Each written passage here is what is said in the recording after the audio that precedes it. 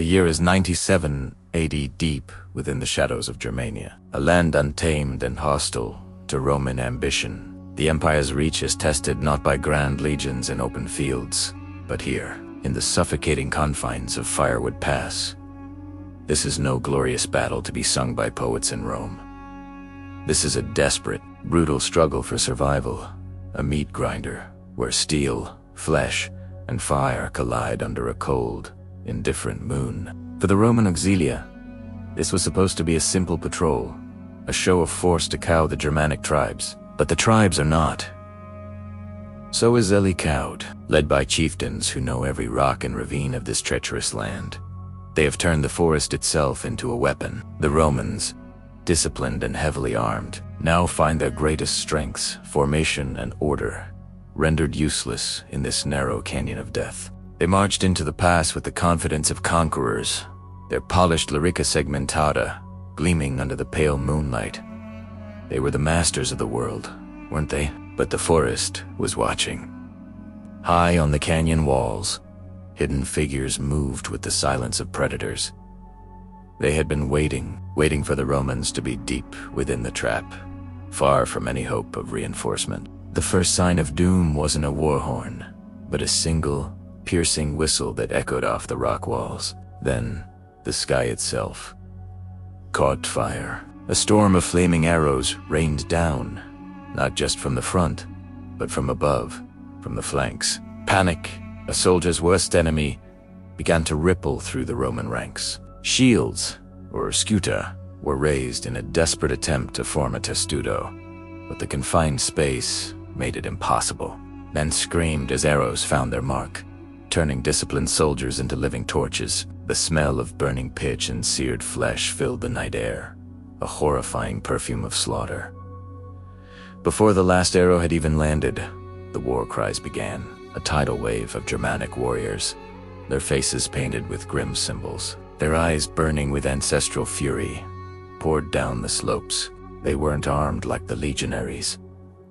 They carried long spears, heavy axes, and the fearsome six daggers. What they lacked in uniform armor, they made up for in sheer ferocity and knowledge of their terrain. The Roman line, already broken by the arrow storm, buckled under the sheer weight of the assault. A centurion, his face a mask of grim determination, bellowed orders, trying to rally his men.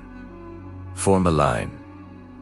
Hold the line. For Rome. His voice was a beacon of discipline in the chaos, but it was quickly swallowed by the cacophony of battle. An axe, swung with brutal force, shattered his shield and bit deep into his shoulder. He fell, his cries joining the chorus of the dying. The fighting devolved into a series of desperate, individual duels. There was no room for tactics here, only instinct. A Roman auxiliary parried a spear thrust, his gladius, a blur of motion, only to be cut down from behind by a warrior wielding two axes. A young German, barely a man, charged with reckless abandon. His spear finding the throat of a veteran twice his age, he roared in triumph, only to be impaled by the pilum of another Roman. The ground became slick with blood and mud. Bodies piled up, creating grotesque barricades that living men stumbled over. The moonlight, filtered through the smoke and trees, cast long, dancing shadows, turning the battlefield into a nightmarish vision. The clang of steel on steel was relentless, a percussive rhythm of death, punctuated by guttural screams and final, ragged breaths. In the center of the melee, a Roman tribune dismounted from his horse, fought with the desperation of a cornered wolf. His ornate armor marked him as a leader and a target.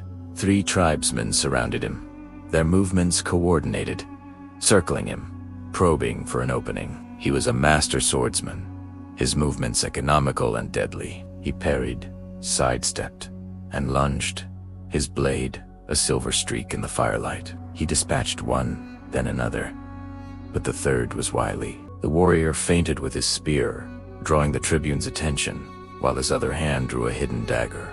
As the tribune committed to his block, the dagger flashed out, sinking into his side. The fight drained from him, and he collapsed onto a bed of his own men. The battle wasn't just about steel, it was a psychological war. The Germans used the darkness to their advantage, their war cries echoing from unseen corners, making their numbers seem endless. They fought with a fury born of defending their homes, their families, their very way of life from an invading force. For the Romans, far from home, this was just another bloody stop on the empire's relentless march. Their morale was cracking. As the hours dragged on, exhaustion became as deadly an enemy as any axe. Muscles screamed, arms grew heavy. A moment's hesitation, a clumsy parry, was all it took. The Romans, trapped and surrounded, began to fall back, a disorganized retreat towards the mouth of the pass where they had entered. But the Germans had anticipated this. The rear of the column was met with another volley of arrows and a fresh wave of warriors. The trap was complete. There was no escape. The Battle of Firewood Pass was becoming a massacre. The once proud Roman eagle's standards, symbols of invincibility, lay trampled in the mud. The remaining soldiers fought not for glory or for the emperor, but for one more breath, one more second of life.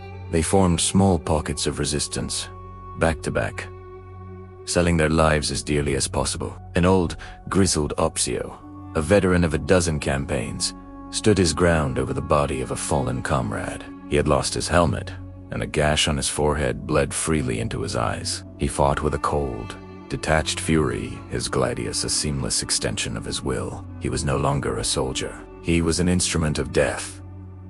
For every step he gave, he took a life. But even he could not hold back the tide forever. A heavy spear shaft slammed into his legs, buckling his knees, and a swarm of warriors descended upon him. As the first hints of dawn threatened to break through the canopy, the sounds of battle began to fade, replaced by the groans of the wounded and the victorious shouts of the Germanic tribesmen. The pass was a charnel house.